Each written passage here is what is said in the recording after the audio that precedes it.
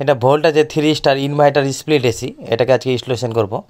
এটা second hand AC আর এটা তার আউটডোর দেখতে পাচ্ছেন।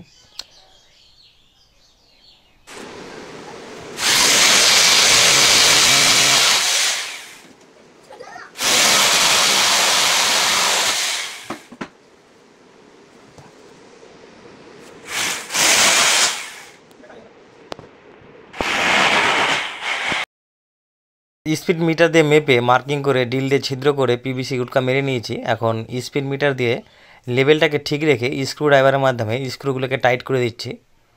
কোনোভাবে পিটিয়ে ঢোকাবো না, কেননা পিটিয়ে ঢোকালে সুন্দর টাইট হয় না আর পরবর্তীতে খুলতে অসুবিধা হয়।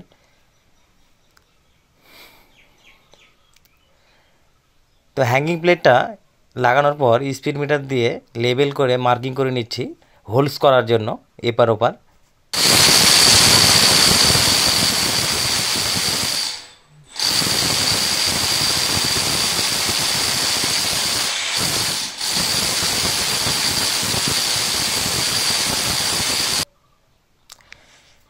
তো দেখতে পাচ্ছেন হোলস পুরো কমপ্লিট হয়ে গেছে। এটা 10 ইঞ্চি ওয়াল আছে, তাই একটু সময় বেশি লাগলো। এবার ইনডোর ইউনিটে ইনডোর টু আউটডোর যে পাওয়ার কেবিল আছে সেই কেবিলের সাথে র্যাপিং করে নিচ্ছি পাইপগুলো ইনডোরের।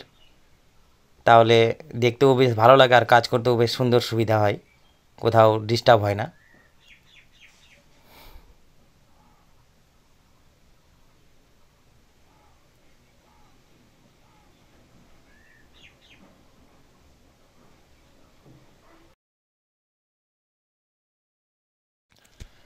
ইনডোর ইউনিটটি ওয়ালে হ্যাঙ্গিং করে নিচ্ছি।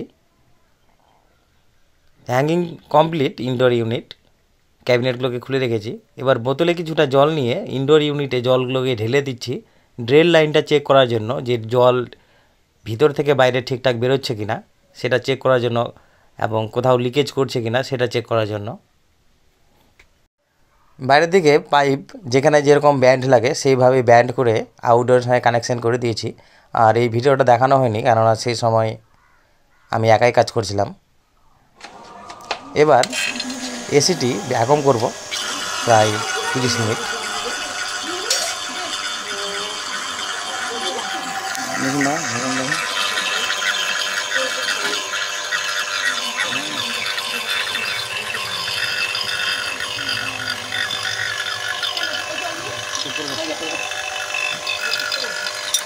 তিরিশ মিনিট ভ্যাকুয়াম করা হয়ে গেছে, তাই গেজ মিটারকে প্রথমে বন্ধ করব, তারপরে ভ্যাকুয়াম মেশিনকে বন্ধ করব। এবার আউটডোর থেকে ডিসচার্জ ভাল্ব ওপেন করে কিছুটা গ্যাস পাইপের মধ্যে রিলিজ করে দিয়েছি এবং শ্যাম্পু জল ফেনা করে নিয়েছি লিকেজ চেক করার জন্য। লিকেজ চেক করার পরেই বাদবাকি যেটুকু জায়গা র্যাপিং করতে বাকি আছে সেগুলোকে র্যাপিং করে দেব।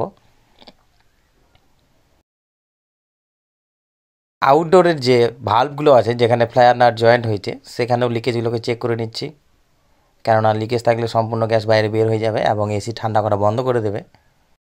লিকেজ কোথাও চোখে পড়লো না, তাই সম্পূর্ণ গ্যাস রিলিজ করে দেব সেকশন ভাল্ব এবং ডিসচার্জ ভাল্বকে এলিঙ্কির মাধ্যমে ওপেন করে দিয়ে।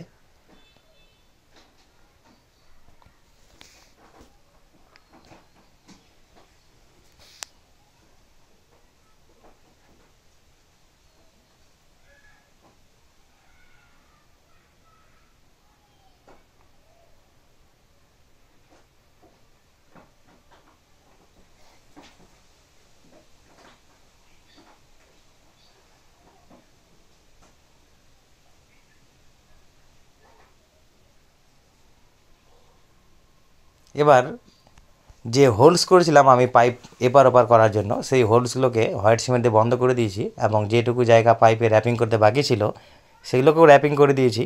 এবার এসিটি পাওয়ার দিয়ে অন করব। এসিটি অন হয়ে গেছে এবং কমিউনিকেশান কমপ্লিট করেছে, বেশ সুন্দর ঠান্ডা বাতাস দিচ্ছে। তো ভালো লাগলে চ্যানেলটিকে সাবস্ক্রাইব করবেন।